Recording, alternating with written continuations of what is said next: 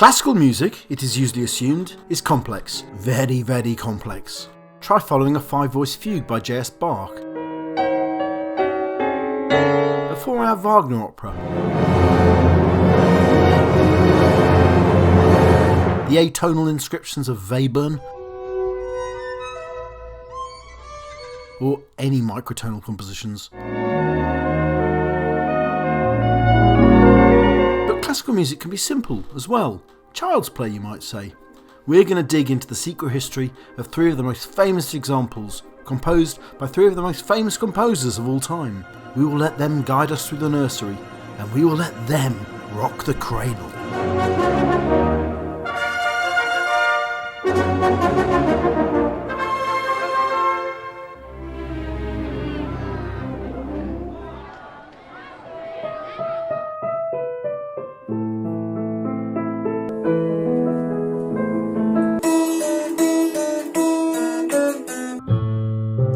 This is, of course, Für Elise, one of Beethoven's most popular pieces. In fact, it's one of the most popular pieces of music ever written, especially with the young. I made this entire montage from clips downloaded to YouTube in the last 12 hours, and these were just a small portion of all the uploads. It's staggering how many versions of this tune must be being played around the world every minute.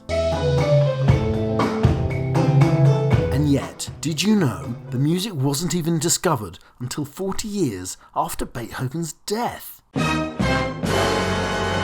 question on everyone's lips since then has always been, who is Elise? Could it be Elisabeth Rockel, also known as Elise, a soprano with whom Beethoven may well have been in love? Could it be Elise Barenfeld, who Beethoven taught piano? Or could it be Thérèse Malfatti, to whom Beethoven actually proposed in 1810? Well, the history of the manuscript gives us a huge clue. It was unearthed by the music scholar Ludwig Noll and published in 1867. Noll said the original manuscript was inscribed by Beethoven Für Elise, for Elise, only he lost it, so we can't be sure. But we know Beethoven wrote the piece by cross-referencing parts of Beethoven's own sketchbooks. Anyway, Noll acquired the manuscript after the death of the Baroness Therese von Drostig. Hang on! Turns out this Therese von Drostig was the same Therese to whom Beethoven was in love and had proposed to in 1810. Elise must be Thérèse Malfatti. Case pretty much closed. She turned the poor composer down. Poor fellow was never lucky in love. Thérèse later married, and I think the Baroness in her title is a clue she did better than a lowly von Beethoven. But she kept the manuscript to herself until her death in 1851. Beethoven must have given this charming and simple piano piece as a gift sometime during their unsuccessful courtship. The name change could be error or code. Either way, it seems likely this piece documents a very personal stage in Beethoven's life. It's certainly a song tinged with love and sadness. There's an expressive power to this simple tune that goes back to those 2 repeated notes. In practical terms, a flattened blues third.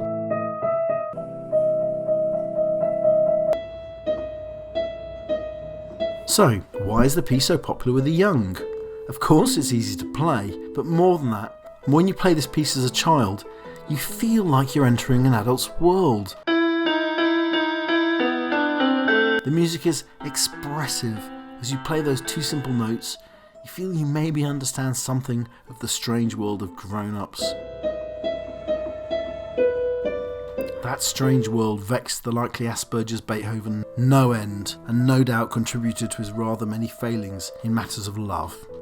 But I'm willing to wager that the musically gifted Thérèse Malfatti continued to enjoy Für Elise herself, in private, for many years before the public ever got to hear those famous notes. It's a simple piece of music that has soul, a desire to be loved, which resonates today as much as it must have done for Thérèse those many years ago. Guess what tune was rocking through the nurseries of Europe at the end of the 18th century?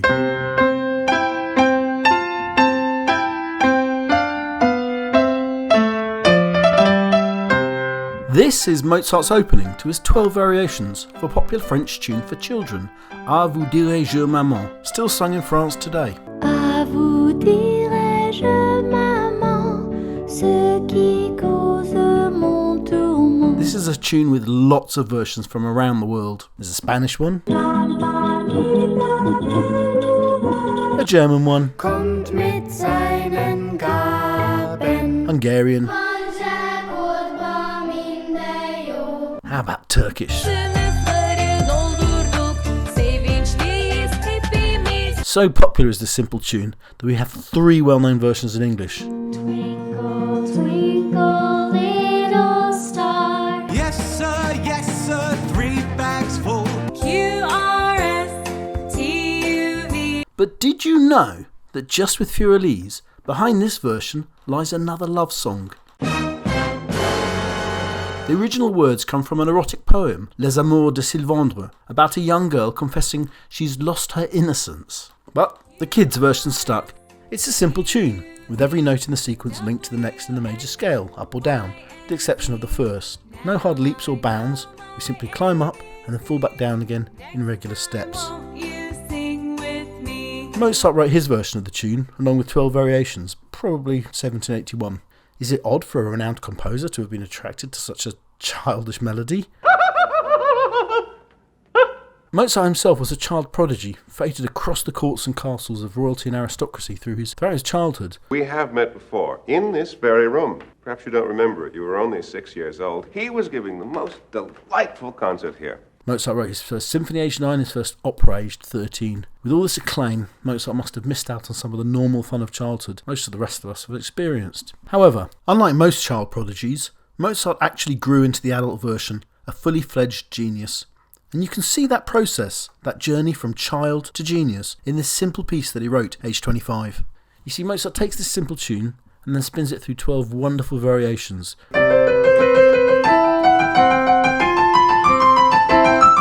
It's played in triplets.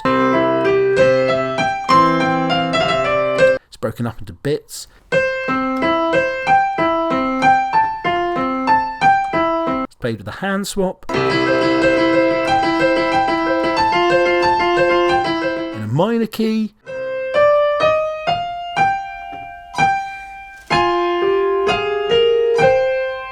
as a march,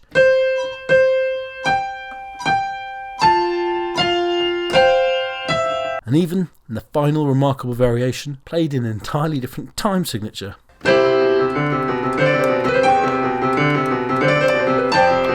It's a dazzling journey, showing off Mozart's ability to make things impressive whilst all the time keeping things simple and pleasant.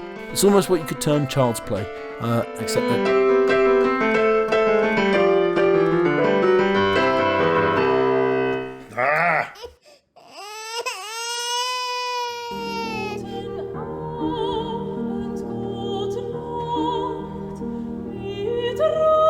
This, we all know, is Brahms' famous lullaby, a song presumably written to send a child to sleep. The original composition, Wiegenlied, means literally cradle song in German. It's an easy harmony, spreading across all the notes of our home key. There's a gentle rocking in the rhythm, played in the accompaniment.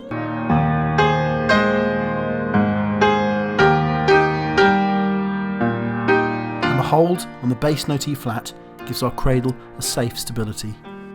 Small wonder this simple tune had in 200 years come to articulate the sounds of the nursery.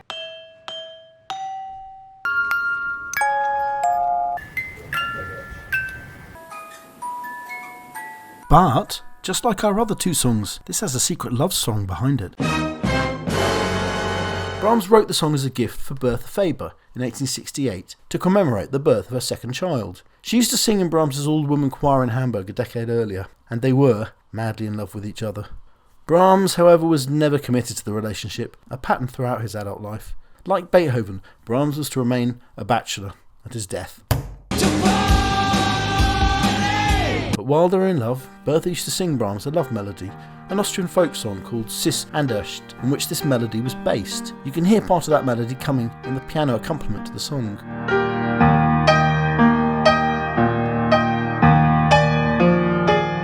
Brahms himself was pretty explicit on the subject, writing to Bertha's husband, "Frau Bertha will realise that I wrote the Wiegenlied for her little one. She will find it quite in order that while she is singing Hans to sleep, a love song is being sung to her." Oh, well and good then, if a little weird. But this means there are feelings of love and innocence in the simple melody, but also loss and the passing of time. Johann Brahms, of course, never married and remained childless at death. Bertha, when she gave birth to her child, named him Johann. So, there you go. 3 children's songs that have their origins in romantic love. A reminder, if any was needed, how wide a range classical music can be. Yes, this is the music that can truly take you from cradle to grave.